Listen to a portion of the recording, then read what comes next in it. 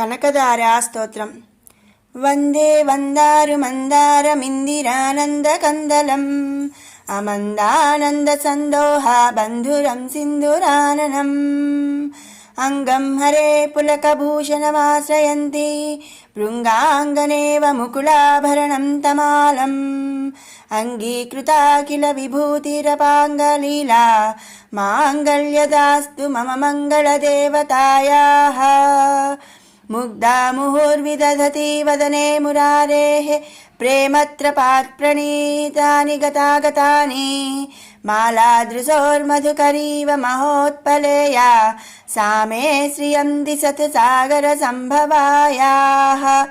విశ్వామరేంద్ర పద విభ్రమదాన దక్షమానంద దేహు తురధికం మురవిద్విషోపి ఈశన్నిషీదతు మయి క్షణమీక్షణార్ధమిందీవరోదర సహోదరమిందిరాయాః.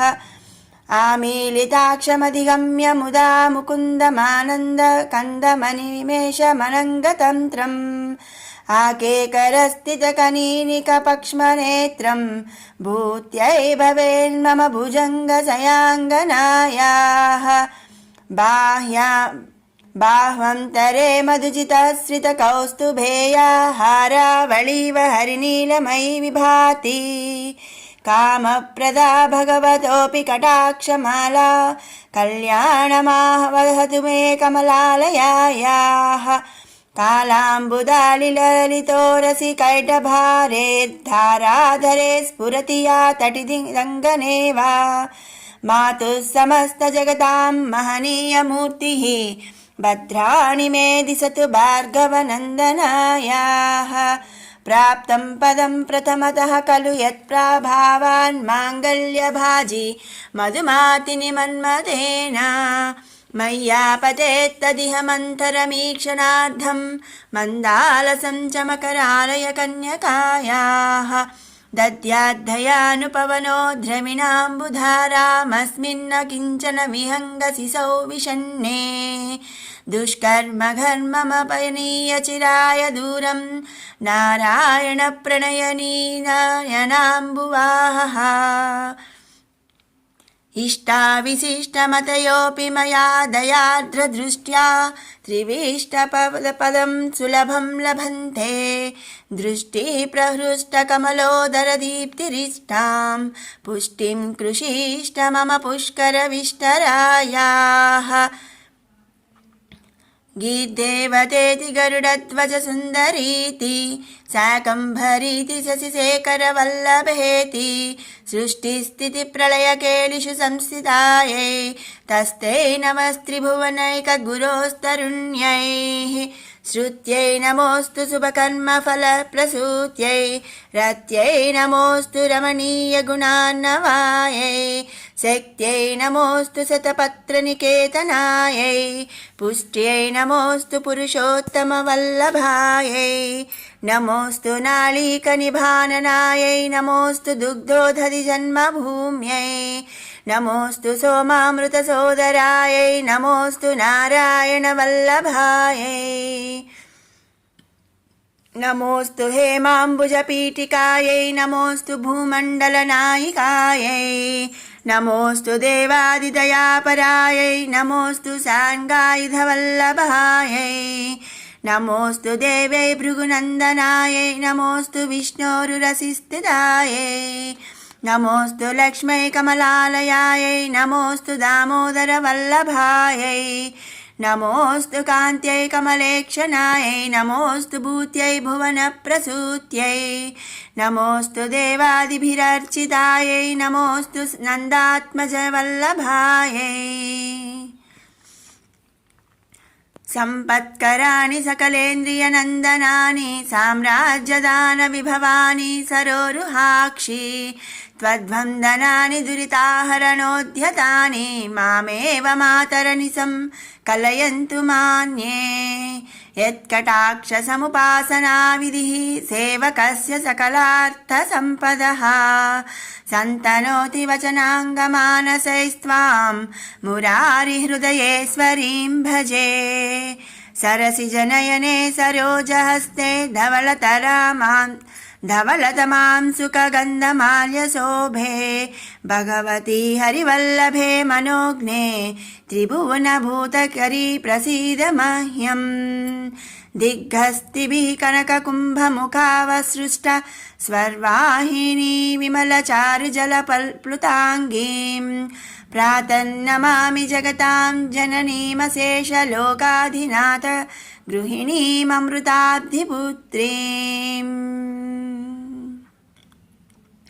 कमले कमलाक्षवल्लभे त्वं करुणापूरतरङ्गितैरपाङ्गैः अवलोकय माम किञ्चनानां प्रथमं पात्रमकृत्रिमं दयायाः बिल्वाटवीमध्यलसत्सरोजे सहस्रपत्रे सुखसन्निविष्टाम् अष्टापदाम्बोरुहपाणिपद्मां सुवर्णवर्णां प्रणमामि लक्ष्मीं कमलासनपाणिना ललाटे लिखितामक्षरपङ्क्तिमस्य जन्तोः परिमार्जय मातरं घृणाते धनिकद्वारनिवासदुःखतोग्ध्रीम् अम्बोरुहं जन्मगृहं भवत्याः वक्षस्थलं भर्तृगृहं मुरारेः कारुण्यता कल्पय पद्मवासे लीलागृहं मे हृदयारविन्दम् स्तुवन्ति ये स्तुतिभिरमुभिरन्वहं त्रयीमयीं त्रिभुवनमातरं रमां गुणाधिका गुरुतरभाग्यवो बाजिनो भवन्ति ते भुवि बुधभाविताशयाः सुवर्णधारास्तोत्रं यच्चं कराचार्यनिर्मितं त्रिसन्ध्यं यः पठेन्नित्यं स कुबेरसमो भवेत् इति श्रीमत्परमहंस परिव्राजकाचार्यस्य श्रीगोविन्द भगवत्पूज्यपादशिष्यस्य श्रीमच्छङ्करा भगवतः कृतौ कनकधारा स्तोत्रम्।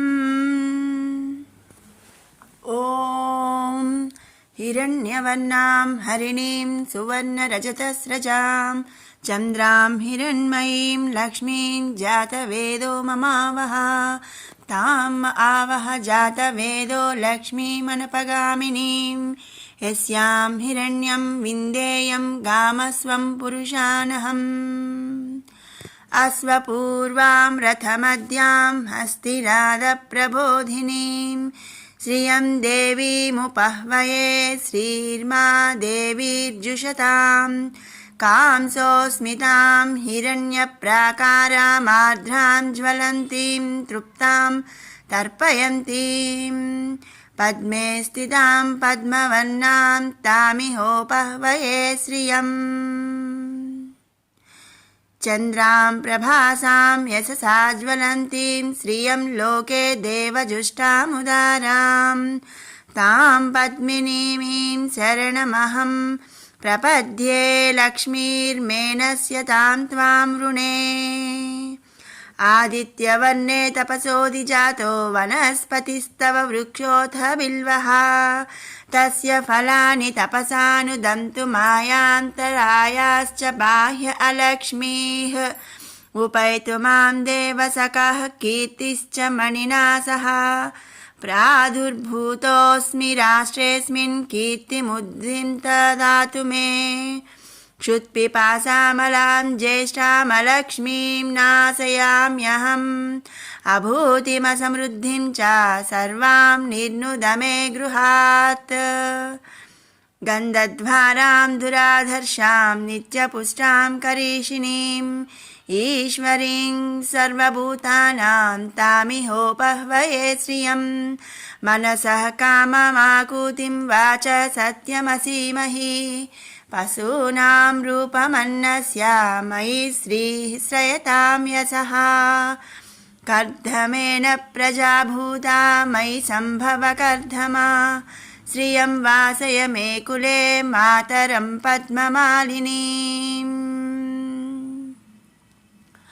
आपसृजन्तु स्निग्धानि चिक्लितवस मे गृहे निच देवीं मातरं श्रियं वासय मे कुले आर्द्रां पुष्करिणीं पुष्टिं सुवर्णां हेममालिनीं सूर्यां हिरण्मयीं लक्ष्मीं जातवेदो ममावह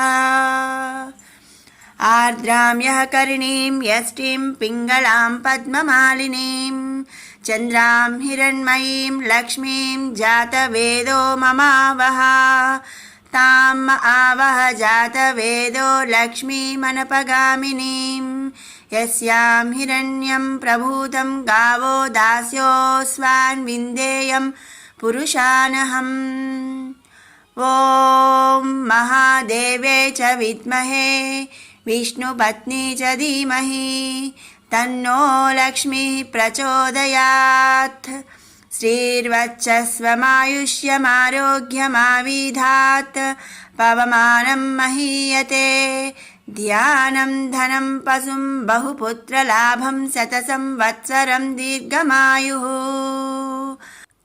यः शुचिः प्रयतो भूत्वा जुहुयात्ताज्यमन्वहं श्रियः पञ्चदशर्चं च श्रीकामः सततं जपेत् आनन्दः कद्धमश्चैव चिक्लीत इति विश्रुताः ऋषयः ते त्रयः पुत्राः स्वयं श्रीदेवी देवता पद्मासने पद्मवुरु पद्माक्षी पद्मसंभवे त्वं मां भजस्व पद्माक्षी येन सौख्यं लभाम्यहम्।